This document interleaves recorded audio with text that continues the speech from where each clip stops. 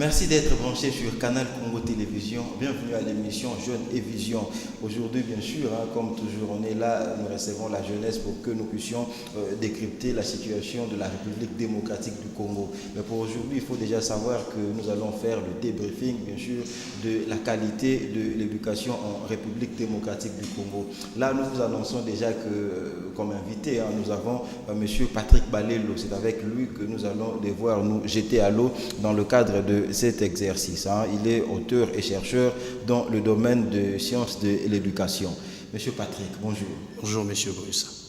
Voilà, bien sûr, par rapport aux différentes qualités, comme je venais de vous présenter tout à l'heure, s'il faut parler de votre champ d'action, en tant que chercheur et auteur, c'est quoi votre champ d'action? Mon champ d'action, c'est, en tant que chercheur et auteur, c'est dans le domaine des sciences de l'éducation. Au fait, en réalité, je suis un plasticien de formation, mais j'avais eu à comprendre par rapport à un schéma que je travaillais, une démarche artistique, que notre pays ne peut se développer qu'en changeant les types de mentalité de notre population. Et par rapport à cette démarche, cela m'avait poussé à mener des enquêtes sur le secteur de l'éducation. Et j'ai eu à comprendre que l'état de notre pays actuel, toute cette irresponsabilité, cette anomalie, toutes ces anomalies énormes que nous vivons dans tout le secteur de la vie, c'est pas un fruit du hasard, c'est au fait la mauvaise programmation, donc la mauvaise éducation qu'a reçue les Congolais en général et les Africains noirs, les Congolais en particulier et les Africains noirs en général, en fait. Donc la situation de l'Afrique n'est pas un fait du hasard. Mais concrètement déjà, en fait, c'est quoi l'apport de vos recherches dans notre société? Je parle de la République démocratique du Congo, bien sûr. Oui, l'apport de mes recherches, c'est la mise en place d'un un plan censé révolutionner notre système éducatif. Parce que j'avais eu à comprendre que il n'est plus, parce que tout le monde constate qu'il y a, ça ne va pas dans l'éducation. Je ne parle pas de l'enseignement, mais je parle de l'éducation en globalité, dont l'enseignement fait partie. Et tout le monde constate qu'il y a, ça ne va pas. Et j'ai lu des réformettes ou des réformes qui ont été faites dans ce secteur, mais tout le monde constate que cela ne fait que soit empirer les situations. Donc, par rapport à cela, j'avais eu à engager mon temps pour mettre en place un plan de la révolution de ces systèmes qui, en réalité, devrait simplement qu'être appliqué pour que nous constatons les effets. Ouais. Mais Patrick Balelo, vous êtes aussi auteur. Parlez-nous un peu de vos œuvres. Mes œuvres, je suis un plasticien avant tout. Et en tant que chercheur dans le domaine de sciences de l'éducation, je suis auteur d'une lettre ouverte que j'avais adressée aux intellectuels subsahariens de la zone dite francophone en 2015. Et finalement, je suis auteur du plan de la révolution des systèmes éducatifs en Afrique subsaharienne dite francophone. Patrick Balelo, est-ce qu'un intellectuel est censé être en phase avec les exigences de sa société en ce qui concerne son apparence? Moi, je pense que ce sont des questions un petit peu trop, pas assez profondes, parce que dans le monde des vrais intellectuels, ce qui importe le plus, ce sont les idées, au fait. C'est ce que quelqu'un apporte de nouveau. Ça n'a rien à voir de vos appartenances religieuses, ethniques ou quoi que ce soit, parce que un intellectuel, c'est un chercheur à tout moment. C'est un monsieur qui s'interroge régulièrement sur les réalités. C'est quelqu'un, quand il ne comprend pas quelque chose, cela devait plutôt lui pousser à s'interroger. Donc, s'il devait s'arrêter sur les superficialités ou la couverture des livres, ce n'est pas important. Parce que vous savez, par exemple, il y a un adage en anglais qui dit « Don't judge a book by its cover ». Ne jamais juger un livre par sa couverture. Il y a de ces livres dont les couvertures pourraient vous décevoir lorsque vous lisez les profondeurs.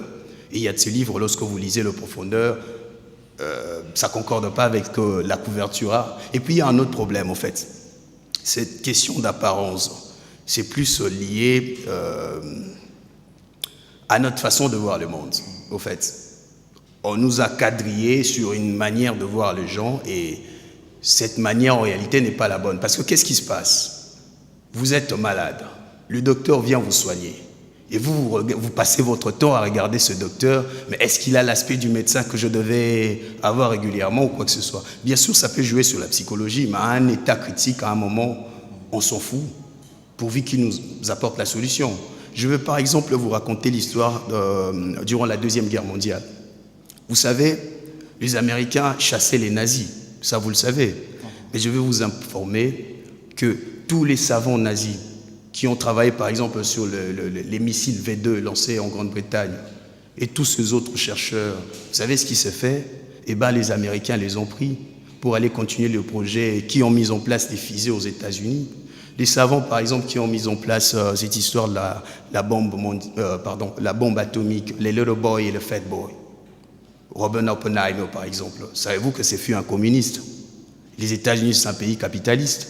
Il a été plusieurs fois arrêté durant sa jeunesse pour ça, mais on s'en fout, pourvu qu'il apporte la solution. Moi, je me dis, à un moment, les gens devaient apprendre à s'en foutre de la couleur du chat, pourvu qu'il attrape de souris.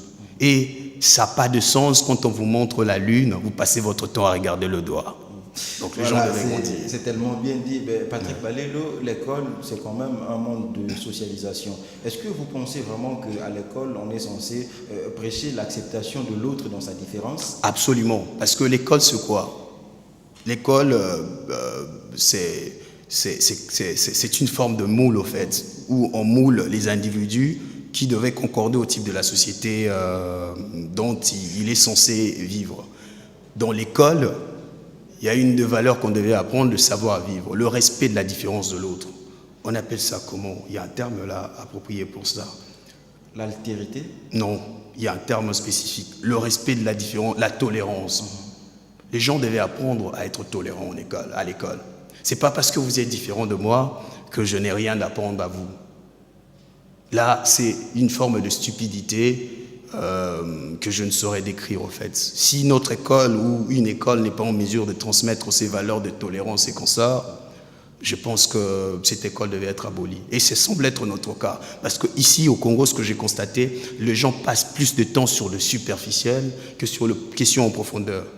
Et qu'est-ce qui se passe? Les gens s'efforcent à soigner plus l'apparence plutôt que leur vrai fond. Et vous vous rendez compte, vous recevez trop souvent sur vos plateaux des escrocs, mais qui viennent en cravate et qui semblent être plus crédibles que ceux qui apportent de vraies idées, au fait. Et cela devait changer. On doit être comme dans le monde anglophone où on s'en fout. On s'en fout de ce que tu es. L'essentiel est que tu apportes la solution. Le monde francophone, c'est trop superficiel, selon moi. Voilà, Patrick Balélo, quand vous regardez le monde politique congolais, à tout moment, il y a des chassés croisés. Je parle comme ça des acteurs politiques de la majorité et de l'opposition. Vous regardez en fait, le monde religieux, il y a des fois des bêtises qui se font.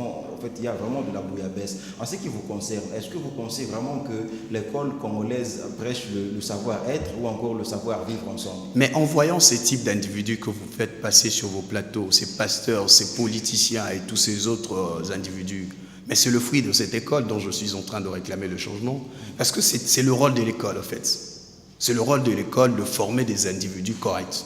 Et quand vous avez des gens qui se comportent bizarrement, cela démontre à suffisance que l'école a totalement failli pour sa mission. Parce que c'est ça son rôle. C'est comme si un sel qui est censé donner un goût, et ça ne donne aucun goût. C'est plus le sel, c'est autre chose, changer le nom. Et c'est le cas de notre école. En voyant notre société, ça démontre à suffisance le degré d'abrutissement ou les degrés d'inutilité de cette école. Parce que c'est quoi? L'école, c'est pas censé donner de diplôme. Les diplômes sont des présomptions d'intelligence. Les diplômes nous démontrent que vous êtes en mesure de faire tel ou tel autre rôle. Mais les diplômes ne disent pas que vous êtes en mesure pratiquement de le faire. Ça donne une présomption. Mais est-ce que dans le fait, ces gens sont en mesure de faire ce que leur diplôme nous démontre? En réalité, non, c'est faux, en fait. C'est faux. Cette école doit changer de fond en comble. Voilà, là, nous continuons toujours à parler du système éducatif congolais, mais j'aimerais aussi comprendre quand même, puisque l'école est censée quand même donner des réponses bien sûr en ce qui concerne les exigences de la société. Mais je ne sais pas, quand vous analysez, quand vous regardez, quand vous photographiez très bien notre monde, en fait le monde des intellectuels congolais, est-ce que vous pensez vraiment que notre école répond aux besoins de la société? La question que je me pose, avons-nous vraiment des intellectuels? À un moment, je me dis non, on n'en a presque pas. Je dis presque pas parce que c'est à l'état de trace qu'il faut le chercher. Vous voyez? Et les rares personnes qui font cet exercice d'intellectualisme, pour la plupart, ils préfèrent aller à l'étranger. Pour ceux qui restent, trop souvent, ils concentrent toute leur énergie sur la politique. Et d'autres bons escrocs vont dans le domaine religieux. Vous voyez? Et je me dis qu'on n'en a pas vraiment. On n'a pas d'intellectuels. On pense sur quoi ici? On pense sur Kabila dégage. Et c'est ça la vraie philosophie politique. Lorsque même vous regardez ces politiciens et leurs intellectuels, vous vous rendez compte qu'ils n'ont pas d'idéologie fixe. Vous vous rendez compte que la majorité de tous ces partis politiques que nous avons, vous prôneront par exemple que nous sommes de la gauche et consorts. Mais dans leur politique, c'est autre chose qui se fait. Et leur combat, ça se situe sur des individus et non sur des idées. Et là, vous me direz qu'on a des intellectuels. Moi, je vous dirais non. Parce que le grand problème de ces continents, c'est le problème du système. Ce n'est pas le problème vraiment des individus. Les individus, bien sûr, incarnent le système, mais inconsciemment de fois, parce que je suis sûr que de fois, ils n'ont pas conscience des actes qu'ils posent. Mais ce sont des systèmes qui doivent être déboulonnés. Et pour déboulonner un système, il faut mettre en place des systèmes à contrario, vous voyez? Et que font ces intellectuels, si ce n'est vendre du vent à la population? Pour moi, ils ne servent à rien, ces gens-là. Il y a beaucoup de gens qu'on devait ravir des diplômes, surtout des professeurs d'université. Puisque vous parlez là, bien sûr, de la qualité, je crois vraiment que nous devons bien faire cet exercice parce que ça pose quand même de très sérieux problèmes. Mais en ce qui vous concerne, s'il faut vraiment que vous puissiez donner un profil par rapport à cette école qui est censée booster l'émergence de la République démocratique du Congo, c'est quoi ce profil? Le profil serait simple. Cette école devait être en mesure de donner 2 éléments clés. Premièrement, les racines et puis les ailes. Par les racines, je veux dire, cette école devait permettre à ce que les enfants apprennent à aimer ce pays. Parce qu'on ne peut donner son temps que si on sait aimer ce pays. On essaie de donner son temps que si on sait aimer les gens qui sont dans ce pays. Moi, si je consacre mon temps, c'est pas parce que j'ai manque de choses à faire, j'ai beaucoup de choses à faire. Mais c'est parce que j'adore mon pays, j'adore mon continent, j'adore mon peuple. Vous voyez? Et quand quelqu'un est passionné, il y a beaucoup de miracles qui peuvent se faire. Et deuxièmement, je dis, il faut suffisamment de zèle. Le zèle, c'est quoi? Le zèle, c'est la dextérité intellectuelle. Cette école doit être en mesure de créer de vrais intellectuels, de vrais chercheurs, de vrais créateurs d'idées. C'est la même école qui vous a créé, C'est une même école, oui. Moi, j'ai été formé ici, mais quand on parle d'une règle générale, sachez-les qu'il y a des exceptions. Parce que en méthodologie des sciences, la règle générale, c'est l'ensemble des cas particuliers qui se répètent. Vous voyez? Lorsque sur 100% des cas, vous constatez que 70 cas particuliers se ressemblent, ces 70, c'est riche en règle générale. Et les 30% restants, c'est les cas particuliers. Là, vous parlez de la déduction et de l'induction. Oui, et quand vous allez sur cette compréhension de choses, moi, je suis un cas particulier. Je n'ai pas un parcours comme tous les autres. Déjà, je n'étais pas un étudiant régulier. Je n'ai jamais été un élève régulier. À un moment, l'école, à un moment, m'ennuyait parce que je sentais que ça me freinait pour aller encore plus loin. Et en découvrant les réalités, d'ailleurs, j'ai compris qu'il faut un grand changement ici. Est-ce que là, quand même, s'il faut parler de nos universitaires, c'est pas que vous êtes là, bien sûr, en train de pousser les universitaires ou encore les étudiants à sécher les cours? Sécher les cours? Non. Non. Je veux plutôt interpeller, parce que moi, en réalité, je ne m'adresse pas à ces jeunes. Je m'adresse à eux, peut-être dans le cadre qu'ils devaient intérioriser le combat. Mais vu le temps qui nous reste, je m'adresse plus aux décideurs. Aux décideurs, pourquoi? Parce qu'il y a un schéma, il y a une vision que j'ai mise en place. Je m'adresserai plutôt à ces gens-là. Si je dis ce que je dis, c'est plutôt parce que je veux à ce que l'école de demain s'adapte à l'enfant. Je veux à ce que l'école de demain s'adapte à la nature même de l'enfant, que ça accompagne l'enfant dans sa nature intrinsèque, et non que ça puisse lui déformer en lui donnant une vision ou un modèle de raisonnement qui ne concorde peut-être pas à sa nature. Parce que notre école à nous veut à ce que tous les enfants soient identiques. Or, en réalité, nous ne sommes pas identiques naturellement. Moi, j'ai mes passions, vous avez les passions, vos passions en vous. Et l'élément singulier qui crée une beauté, ce sont nos passions. Puisque nous avons des passions différentes, on ne peut pas avoir le même type de beauté. Donc, on ne peut pas avoir la même façon de voir le monde aussi. Donc, l'école devait comprendre ça. Ces gens-là devaient comprendre cela. Ils devaient comprendre à ce que nous devions réadapter l'école par rapport à la nature intrinsèque de l'enfant. Et non forcer l'enfant à pouvoir s'adapter à la nature extrinsèque de l'école, en fait. Voilà, on dit toujours qu'on étudie pour la vie, hein, on n'étudie pas pour rien. Et là, on va faire bien sûr une petite bifurcation hein, en ce qui concerne le monde d'emploi.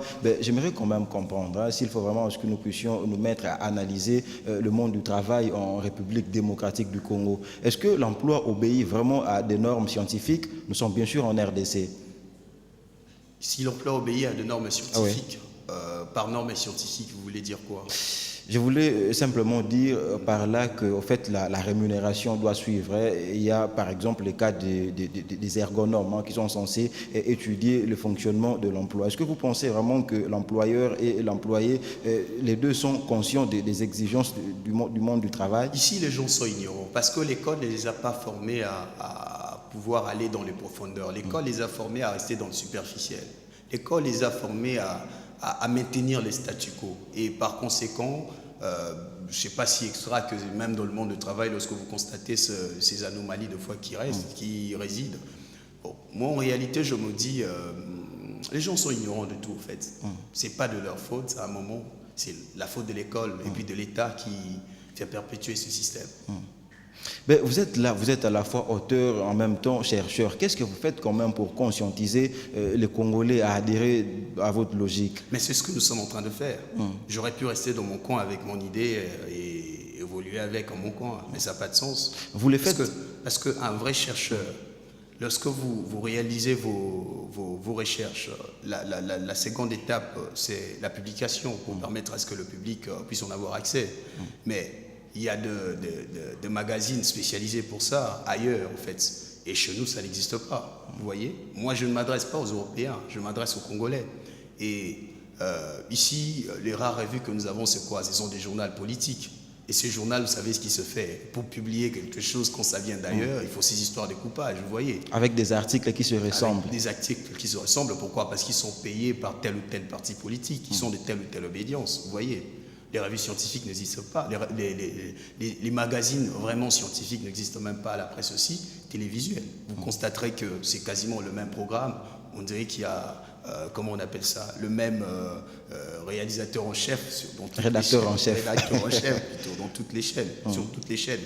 Donc, la meilleure et la seule façon, c'est faire propager son idée à travers ce que nous sommes en train de faire, en interpellant les gens, à travers ce type d'émission, et je suis en train de le faire. Et de l'autre côté, en interpellant l'élite politique particulièrement, et ce sont des actions que j'ai menées, ça fait plusieurs années, et jusqu'à la preuve du contraire, je continue toujours à le faire. Ouais, on vous voit de temps à autre sur des plateaux de télévision. Est-ce que ça vous arrive aussi d'organiser des conférences, des colloques pour que les gens puissent quand même venir en grand nombre aussi? Vous savez, la vérité, c'est quoi? Rien ne se fait sans argent. Et pour réaliser les campagnes aussi énormes comme ça demande de coûts, vous voyez. Et pour l'instant, ce que moi je peux offrir, c'est mon savoir. Et le reste, c'est aux autres, en fait. Parce que qu'est-ce qui se passe dans d'autres sociétés où les gens sont relativement conscients? Quand ils se rendent compte qu'il y a des belles initiatives, qu'est-ce qui se fait? Ils y soutiennent, ils y adhèrent, vous voyez.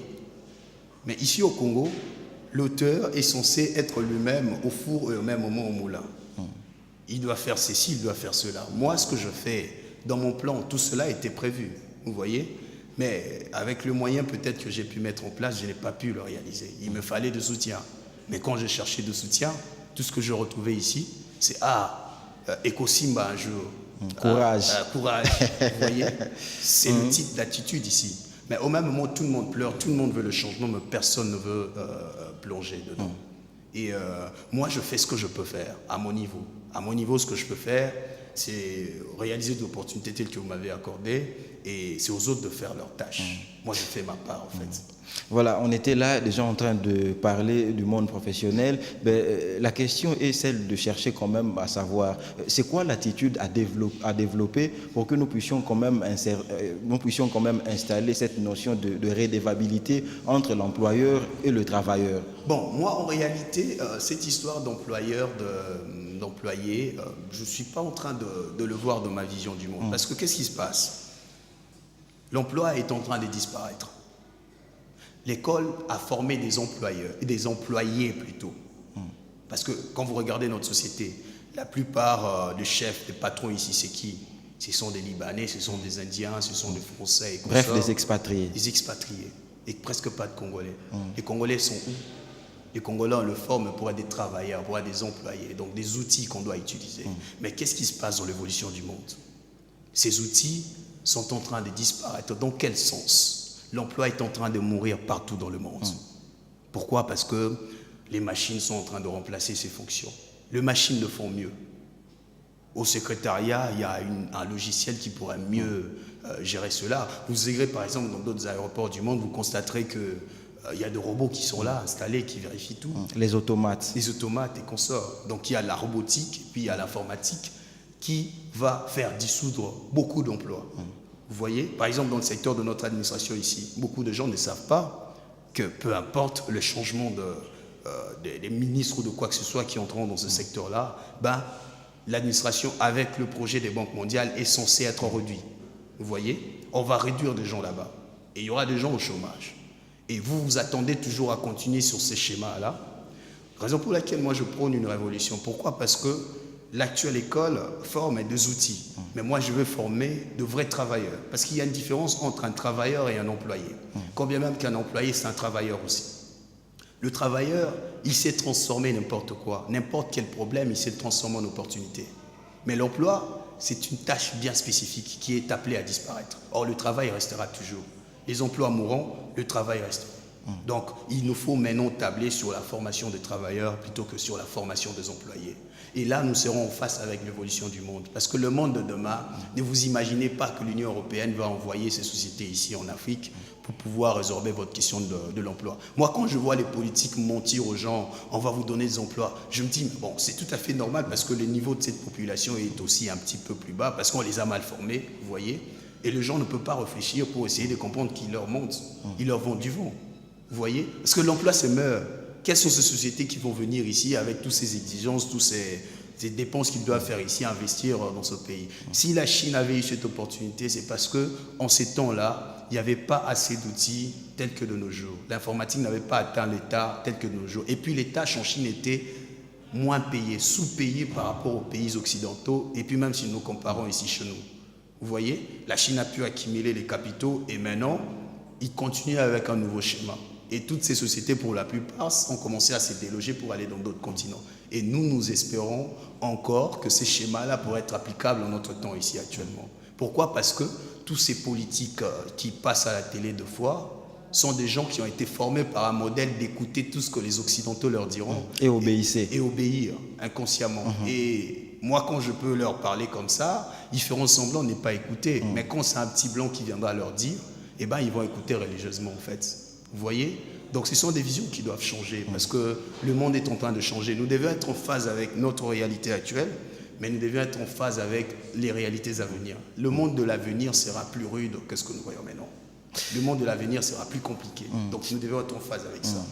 Patrick Balelo, vous n'êtes pas professeur, même pas chef de travaux, moins encore assistant. Est-ce que c'est facile de vivre de la science en RDC? La question est celle de chercher quand même à savoir quelles sont vos motivations pour continuer dans le chemin scientifique. Je vais vous dire une chose concernant les motivations. Ce qui permet à quelqu'un de pouvoir rester sur un schéma, ce sont les motivations, vous voyez? Et il y a deux types de motivations. Il y a des motivations d'ordre extrinsèque, c'est-à-dire extérieures à l'homme, et puis des motivations d'ordre intrinsèque. Moi, naturellement, la souffrance des autres ne me fait pas plaisir, vous voyez? Et c'est pas intéressant de vivre sa petite vie d'homme au moment où la grande majorité de la population passe des siècles et des siècles de souffrance sans que quelqu'un puisse faire quelque chose pour que ça change. Moi, je ne fais pas partie de ceux qui passent leur temps à réclamer le ça ne va pas. Moi, je suis de ceux qui, quand ils constatent que ça ne va pas, ils réclament et puis ils proposent à contrario, en fait. Vous voyez? Et par rapport à la vie ici, c'est pas facile. Si vous n'êtes vraiment pas passionné par rapport à ce que vous faites, je vous assure, les premières recherches que vous chercherez, c'est l'argent pour fuir le pays, vous voyez? Mais quand vous êtes passionné, vous saurez supporter ça. La raison pour laquelle je vous ai dit qu'il n'y a vraiment pas assez d'intellectuels congolais. Parce que le rôle d'un vrai intellectuel congolais, peu importe les difficultés de la vie ou peu importe les difficultés de la société, le monsieur doit continuer à défendre les valeurs, Un intellectuel, c'est un protecteur de valeurs. Un intellectuel, c'est un gardien d'une société, vous voyez? Mais qu'est-ce qui se fait? Les gardiens de nos sociétés sont en train de fuir pour se chercher des pains quotidiens et ils vont se cacher où? Dans les partis politiques, pour essayer d'émietter encore l'État et à l'idée de faire les djalélos à tous leurs leaders, en fait. Donc, ça doit changer. Patrick Balelo, depuis que nous avons commencé, je vous sens, hein, vous êtes là, vous faites la plupart des fois en train d'indexer les acteurs politiques. Oui. Qu'est-ce que vous reprochez jusque-là à nos partis politiques? Le parti politique, c'est leur manque de vision. Les acteurs politiques, c'est leur irresponsabilité probante, en fait. C'est ça. Ça ne demande pas d'avoir des outils de mesure extraordinaires pour constater que nos politiques, ils sont à remplacer totalement, vous voyez. Tous nos politiques. Je parle de tous nos politiques. Je ne m'adresse pas à ceux qui sont au pouvoir. Je me dis ceux qui sont au pouvoir et même ceux qui sont à l'opposition et même ceux qui prétendent adhérer au pouvoir, en fait. Cela veut dire, je le tiens en responsable. Pourquoi? Parce que ce sont eux qui sont censés être les visionnaires pour ce pays. Ce sont eux qui sont censés être les gens qui devaient être de vrais parents. Mais ce sont des parents qui délaissent les enfants. Vous voyez? Ils délaissent les enfants pourvu qu'ils captent leurs petits intérêts personnels. Ils se battent pour leurs intérêts, mais jamais pour la population. Et la population est devenue comme comment je pourrais dire, une marchandise qu'ils utilisent à bon gré, mal gré, vous voyez. La population fait figure des parents pauvres. Des parents pauvres, vous voyez. Et moi, ce sont des gens que j'aime pas trop, en fait. Pas personnellement, donc individuellement, mais généralement. Ils font le même rôle que les fameux pasteurs et beaucoup des églises ici, c'est-à-dire distraire les gens et maintenir le statu quo ou encore embrouiller les choses. Laissez les pasteurs tranquilles. Là, on sent déjà que vous ne priez pas trop. Hein. Patrick Balelo. Patrick Balelo, hein, vous avez un combat tellement alléchant. Ben, j'aimerais quand même aussi comprendre, vous fonctionnez en cavalier solitaire ou vous êtes dans un cercle? Bon, en fait, je suis une structure. Je suis une structure, je ne suis que la tête d'un iceberg, en fait. Je suis une structure... La partie invisible, elle est où? La partie invisible, elle est partout dans le monde. Il y a des membres ici, et puis il y a d'autres à l'extérieur et dans d'autres coins du monde, dans tout le continent. Et c'est ensemble que nous sommes en train de travailler pour que ça change, en fait. Est-ce que les fruits le fruit de votre combat est déjà palpable? Le fruit de mon combat, je pourrais dire oui, parce que, au moins finalement, après tant d'années de démarches, pour conscientiser les politiques à l'idée, les politiques qui sont au pouvoir, à l'idée de toucher ces secteurs de l'éducation, a pu atteindre l'aspiration que j'avais. Qu'est-ce qui a déjà changé? Qu'est-ce qui a changé? Je vous informe, par exemple, dans les temps qui viennent, parce que le financement est là de la Banque mondiale. Il y a un projet pour la réforme de notre système éducatif, vous voyez, qui est investi à hauteur de 200 millions de dollars américains. Il y a quasiment les grandes lignes que moi j'ai eu à militer pour que ça soit pris en compte. Telles que quoi, ces grandes lignes? Telles que le changement de postulat de l'éducation. Parce que je vous ai dit, mon objectif, c'est libérer les esprits des enfants, c'est libérer les esprits des Congolais en les offrant plus de zèle. Et cela, parmi les méthodologies pour atteindre cela, il fallait mettre en place un nouveau postulat. Moi, j'ai mis en place le postulat de la créativité, de l'innovation et de l'entrepreneuriat. Et avec les réformes qui vont être mises en place, ils ont aussi tablé sur la vision de l'entrepreneuriat. Peut-être pas de l'innovation, mais de l'entrepreneuriat. Mais dans l'entrepreneuriat, il y a de l'innovation. Parce qu'un vrai entrepreneur, c'est un innovateur. Ils ont tablé sur ça. Ils ont compris assez que, comme ce que je militais avant, sur le changement de cycle de l'éducation, dans son aspect intérieur. Parce que j'avais constaté que le cycle tel que le primaire, le secondaire et les humanités, au niveau des études pré-universitaires, ça ne répondait à rien du tout. Il nous fallait le changer. Moi, j'avais proposé un plan et je me suis rendu compte qu'il y a un plan relativement similaire à ce que j'ai proposé. Dans ce sens-là.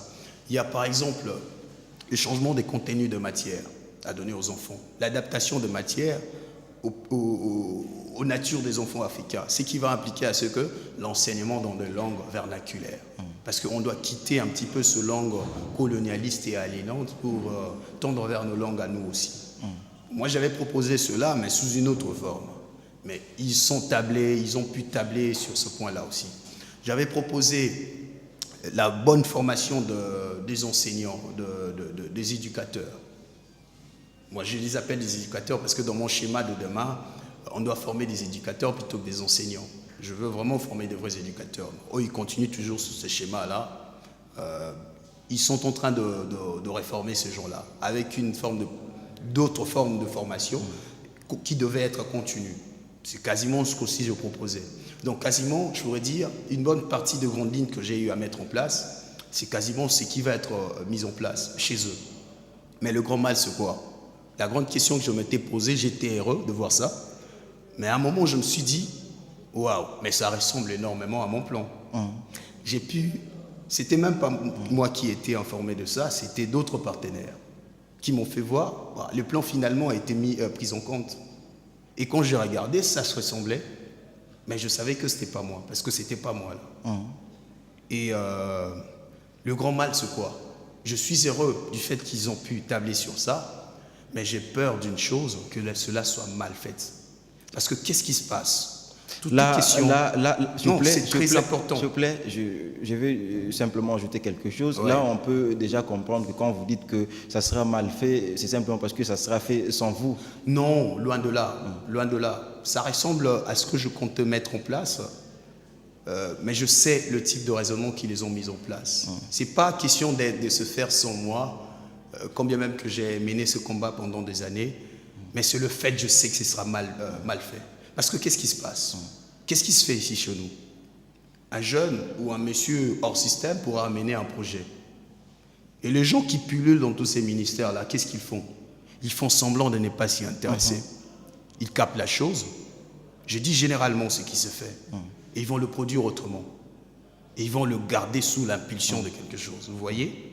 Et qu'est-ce qui va être fait? L'idée qu'ils vont mettre en place, ils prendront les grandes lignes, mais le schéma, puisqu'ils n'en auront pas, eux, ce qui les importe, c'est trop souvent l'argent qui doit sortir, et pas la qualité. Ok, wait and see. On sera toujours là pour voir comment est-ce qu'on va mettre en application votre savoir. Mais j'aimerais aussi savoir, puisque là on vous trouve tellement moderne, vous êtes là, vous prêchez l'école moderne, vous voulez toujours à ce que tout soit reformé, mais quand même, s'il faut parler également de la tradition, c'est quoi la place que vous accordez à la tradition dans l'éducation nationale? Qu'est-ce que vous appelez par modernité, si ce n'est la réactualisation de ce qui a été anciennement? La modernité, ce n'est pas un tabula rasa où on devait apporter quelque chose totalement de nouveau. Non. La modernité, c'est la réactualisation de ce qui a été passé. Et bon, peut-être on aura peut-être le temps, ou peut-être pas aussi. Si vous avez eu à bien comprendre mon système dans le fond, et ben ces systèmes que moi je compte mettre en place, que je qualifie de révolutionnaire, c'est un système qui s'est imprégné de beaucoup de ce qui a été à l'époque impériale de l'Afrique, c'est-à-dire avant les années 1500, à l'arrivée des barbares occidentaux qui sont venus, avant leur arrivée ou avant... Pas des mots trop forts. Pardon? Pas Non, mais c'est ça, c'est le qualificatif qu'il faut leur donner. Ils ont apporté le désordre ici chez nous. Ils ont détruit les sociétés. Le terme Mundele, par exemple, c'est quelque chose que vous ne savez pas. Le terme Mundele ne désigne pas un blanc. Un blanc, le terme pour ça, en lingala à l'époque, c'est Pembe, en Kikongo, parce que c'est un terme qui vient de Congo, en fait. C'est Pembe. Mundele, c'est modèle. Mundele, c'est pas ça. Mundele veut dire terroriste dans les sociétés anciennes africaines. Mais allez lire les contenus sémantiques de ça. Allez chercher le professeur de l'UPEN, tel que Kamba Ibouacha, il s'efforcera à mieux vous dire cela. Le terme Mundele vient de ce terme-là, terroriste. Pourquoi? Parce que ces gens, quand ils entraient dans nos sociétés, eh ben, c'était pour créer des razzias, créer des désordres, à l'idée de pouvoir avoir les esclaves qu'ils cherchaient. Voilà, nous irons chercher, puisque dernièrement, j'étais aussi avec un professeur qui m'a dit que Mundele veut dire modèle. Donc, je ne sais pas si le professeur a trompé, mais bon, on finira toujours par faire. Voilà, Patrick Balelo, là, nous sommes vraiment en train de chuter déjà. J'aimerais simplement que nous puissions également comprendre, que vous puissiez lancer un message à l'endroit de nos aimables téléspectateurs. Qu'est-ce que nous sommes censés faire pour avoir la bonne école et l'ouvrir, bien sûr, à l'ensemble de notre société? Qu'est-ce qu'il faut faire? Qu'est-ce que la population peut faire si ce n'est mettre la pression? Mais comment ils se remettent la pression? Parce qu'on les a formés à vivre dans l'individualisme. Chacun se bat pour ses petits intérêts. Chacun cherche son petit pain quotidien. Il n'y a pas l'abnégation. Hein? Pardon? Il n'y a pas l'abnégation. Ça n'existe pas. Et vous le savez. Chacun se force à chercher son petit coin. Et à cette population, je leur dirais simplement de devenir conscients. Parce que qu'est-ce qui se passe? En cherchant nos petits intérêts, eh ben, nous sommes en train de détruire notre intérêt commun.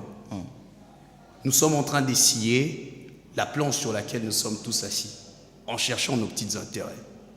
Nous n'avons que ce continent, c'est tout ce que je leur dirais. Nous n'avons que ce pays. Nous sommes des Africains noirs. On ne peut pas changer ça. Et par conséquent, nous devions apprendre à nous aimer comme de frères, ou bien nous allons disparaître comme des idiots. Voilà, c'était comme ça votre dernier message hein, pour aujourd'hui. Ben, je crois quand même que très prochainement ou encore dès que vous serez à la maison, comme vous n'aimez pas trop la prière, vous allez commencer à prier. Les choses ne changeront pas par la prière, mon frère. Ça changera par les actions. Ça changera par le travail. On vous fait endormir avec vos prières depuis que vous avez commencé à prier. Qu'est-ce qui a changé? Rien du tout. La vraie prière, c'est aimer celui que vous voyez. Et moi, ce que je suis en train de poser comme action, c'est aimer ce que je vois. C'est aimer les gens qui ne me connaissent même pas. Peut-être qu'ils ne m'accepteront jamais. Je n'ai même pas besoin qu'ils m'acceptent. Mais j'ai besoin de leur aider de pouvoir se retrouver demain. Je pense que c'est mieux que vous parlez des histoires fumeuses qui ne changeront rien. Et puis cet évangile que vous me parlez, l'évangile de l'argent qu'ils viennent vendre ici chez vous, là, l'évangile de Dieu qui est banco foot, quand vous introduisez 10 000 francs, vous allez récolter 100 000. Ah, c'est pas ce que moi je sais en fait. Voilà, je prie à ma manière. C'est vraiment terminé pour aujourd'hui. Je salue simplement mon pasteur. Hein. Dimanche, je serai à l'église. Donc, écoutez quoi. Hein, non, et puis, non, c'est ma bonza. Et ça, c'est votre problème. C'est votre problème. Voilà, nous remercions comme ça Patrick Balelo. Merci. Hein. C'était un plaisir pour nous. C'est plutôt moi qui vous remercie.